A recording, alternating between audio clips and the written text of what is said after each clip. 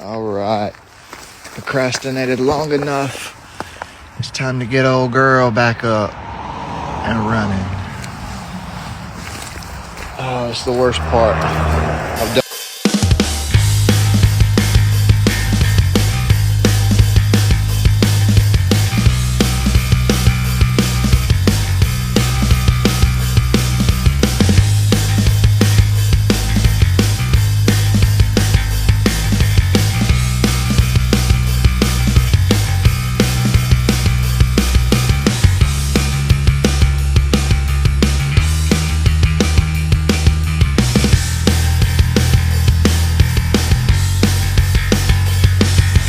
Alright, I know that seemed like I did it pretty quick in an hour, but you got to keep in mind, I've done this multiple times before.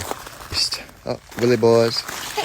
Replace both ball joints, upper and lower, on both left and the right sides, shocks, struts, bushings, everything. So I got a little experience.